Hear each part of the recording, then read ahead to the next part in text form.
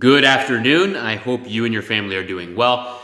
Pastor Stecker here with Grace Lutheran Church here in Nashua, New Hampshire, as we continue our Bible study here on Paul the Apostle. Today we are looking at chapter 9, which is Paul's visit to Athens. Happy Wednesday.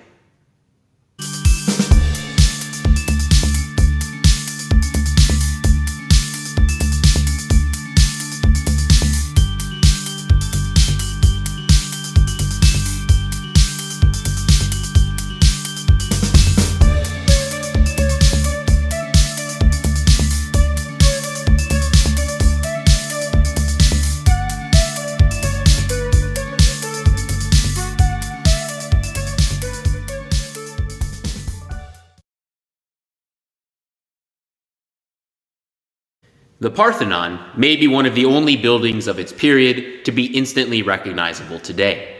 A staple in Athens and a staple in the ancient world, this epic building was the focal point of pagan worship in the Greek world. And here we find the Apostle Paul in a new, unique, and grandiose setting. After his storied departure from Antioch and journeys through Berea, Thessalonica, and other towns, he has landed himself in the epicenter of ancient Greek and pagan thought for a new and opportune challenge.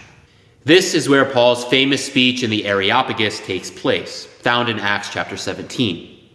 The Areopagus was a building just a few hundred yards northwest of the Parthenon and other great pagan temples, such as the Temple of Nike and the Temple of Jupiter. The Areopagus, also known as the Hill of Mars, named after the god of war, was where the senior council of Athens would meet. This is where we start to set the stage and the context for Paul's famous speech on Mars Hill. Athens was ruled by the archons, which were 9 elected rulers. Whenever their term was done, they automatically became members of the Areopagus. Their job to judge and rule on cases of both a legislative and a judicial nature. So what was Paul doing giving a speech in front of this court? Well, you probably guessed it. He wasn't engaging in an afternoon philosophical discussion. He wasn't simply giving a sermon to a group of interested Gentile listeners. Paul was appearing before a court. He was on trial. He was defending himself in front of the ruling elite who would have had the authority to have him imprisoned, beaten, or even killed. That said, bold Paul couldn't pass up the opportunity to use this setting to not only defend himself before the court, but to challenge the assumptions and worldview of the Greek religious culture. Here we will see Paul utilizing his expertise in rhetoric, his deep understanding of who Jesus was, his familiarity with the Hebrew scriptures, and importantly, his gripping comprehension of Greek philosophy and religious worldview. Here we get to see how Paul sees Scripture, God's salvation plan, and the life, teachings, death, and resurrection of Jesus. How he sees all of this relating to the perspectives and thought of the Gentile world. Today we should learn much about how Christianity heals and fulfills everything the outside world looks for and longs for.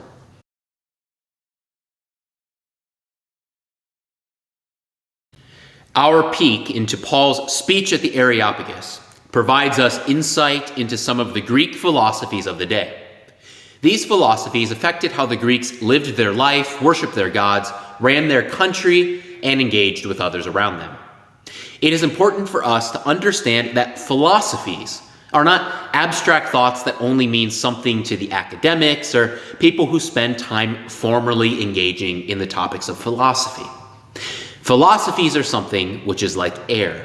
You can't always see it, but it's everywhere and it affects everything.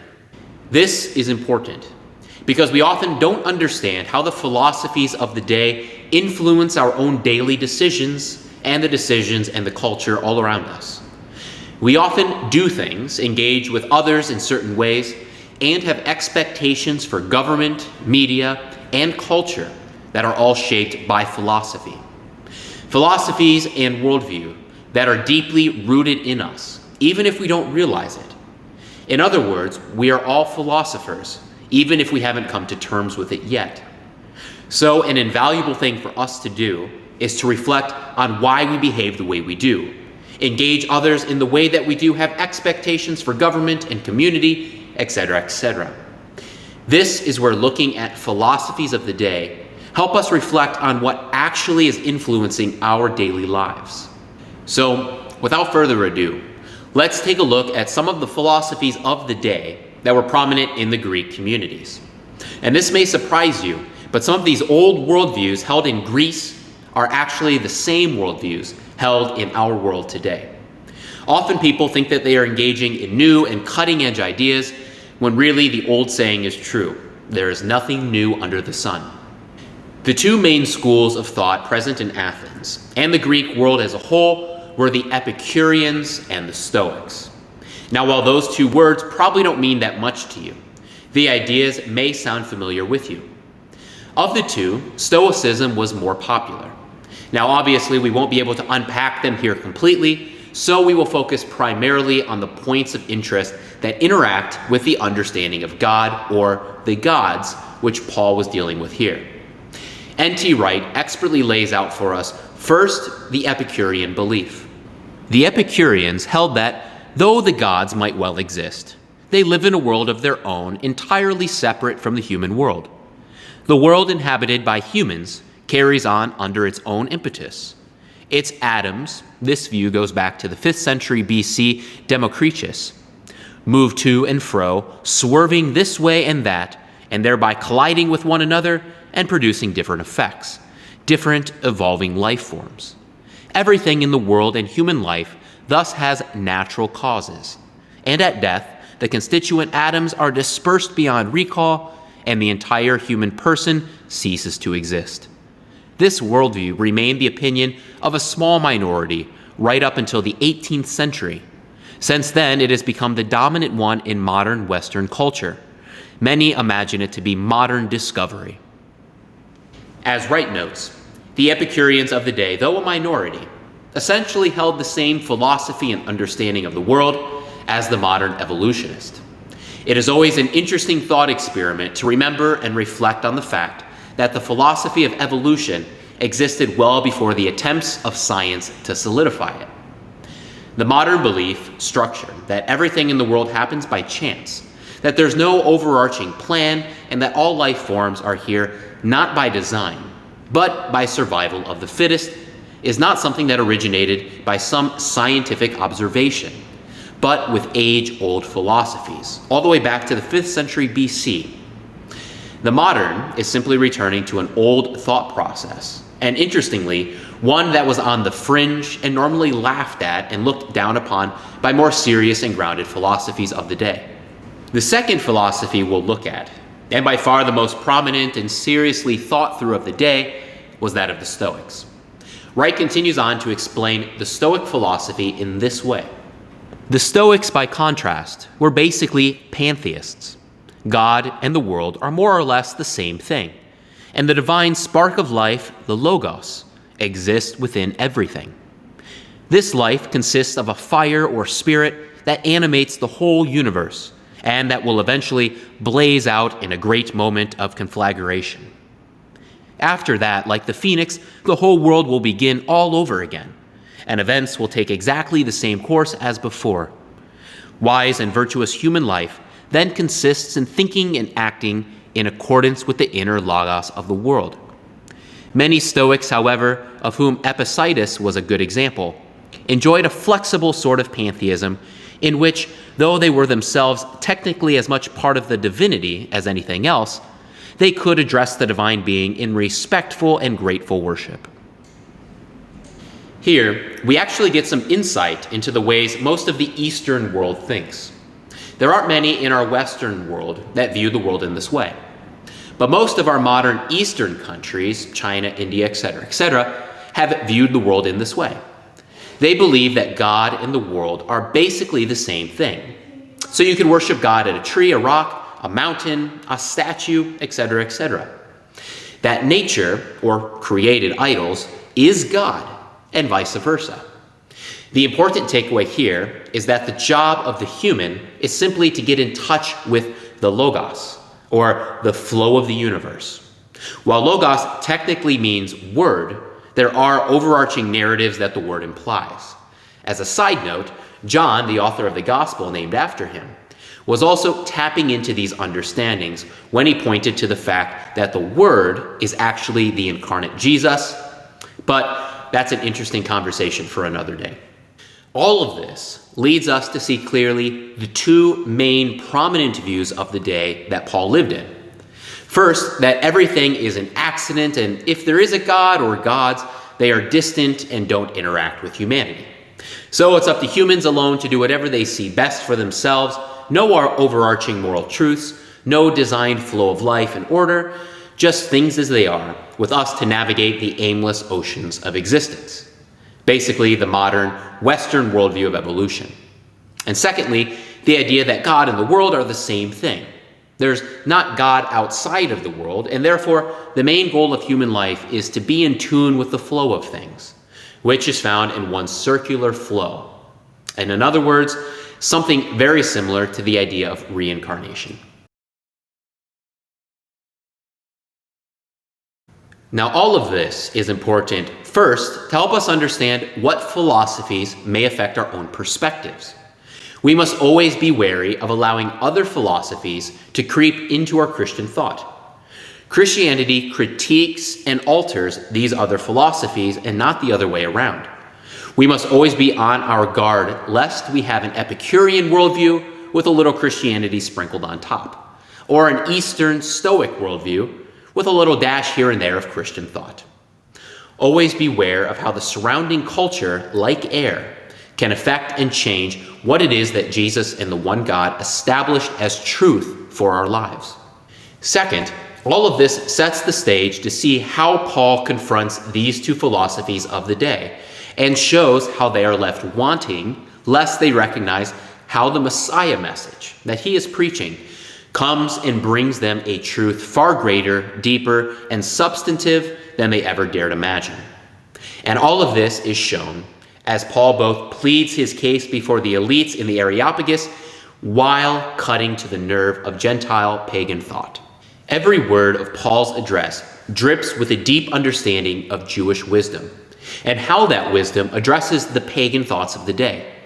He tells the story of the sovereign God, high above and far beyond the earth, so that the inhabitants are like grasshoppers, yet gently at hand, gathering the lambs in his arms and leading the mother sheep.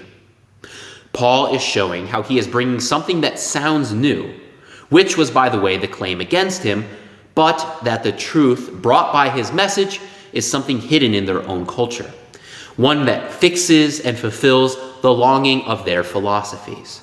As Wright puts it, Paul is managing at one and the same time to rebut the charge of proclaiming foreign divinities and to sketch a worldview, a metaphysic, in which it might just make sense to say that the one God has unveiled his purpose for the world by raising Jesus from the dead. He is a Sherlock Holmes figure, explaining to the puzzled police chiefs that their different theories about the crime all have some sense to them, but that there is a different overall framework, under their noses all the time, but never observed, that will solve the whole thing. Paul is bluntly telling them that their pagan idols are a shabby, misleading representative of the one true God. That the one true God doesn't live in temples created by human hands. Remember, he is saying this in view of the majestic pantheon. So, what relation then does God have with the world? Paul reminds them that the one true God, high above the world. Do you see here how he critiques the Stoics, who believe that God and the world are one? Paul says that God actually created the world. He is above it, yet he has an intimate relationship with the world, bashing to bits the view of the Epicureans. Here, Paul is weaving the Christian truth that acknowledges some half-truths in the philosophies of the Greeks, while also bashing to bits the pieces that are flawed. Paul's critique can be summarized in this way. First, Paul is disagreeing with the Stoics, noting that man-made idols are actually a bad thing. This is because if God is above the earth, then of course it would be wrong to represent God by things in the earth. For the Stoics, this is no issue. Why not carve something out of a tree and call it God? If God is in the tree, well, then this would be fine. But Paul shows that they are minimizing and shielding the majesty of the Creator God by doing so, not by temples made with hands. Second, Paul shows that the relationship one can have with God is unrivaled by these other philosophies. The Epicureans believed God or the gods couldn't care less about what happens on this earth. The Stoics believed that there might be some relationship, but it certainly wasn't personal. Paul comes and says, "In him we live and move and have our being." He intimately knows us personally. Just think of the ways this would change the way one would live their life. Third, the Stoics' view of time was cyclical. This means that time continues to repeat itself. The world begins, things happen, the world ends, and then it repeats itself forever. This is how something like reincarnation takes place. Your role in the ever-spinning circle will always be involved, but just in different ways. But Paul adamantly critiques this. Time for Paul is linear, meaning that the old truths of the pagan world are being brought to an end. What has happened in Jesus has changed things forever. He has brought something new, something that the whole world has awaited. In summary, Paul's argument is one where he speaks to the beliefs of the day and points out certain points where they were onto something, but then adamantly critiques the ways in which they are wrong. I love the illustration Wright uses regarding Sherlock Holmes. In the same way, in the stories, the people around him see certain truths, but they're unable to connect the dots to create a workable reality. They have half-truths, which leads them to misunderstand the true narrative.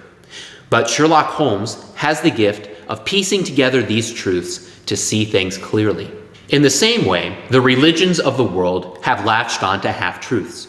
The philosophies around us may have good things interwoven in them, but they miss much. This is where Jesus comes in. Jesus comes in and showed that the truth found in the Old Testament scriptures, the Jews understand much of them, but they also missed much. Jesus fulfills all things in the scriptures, and this is what Paul sees.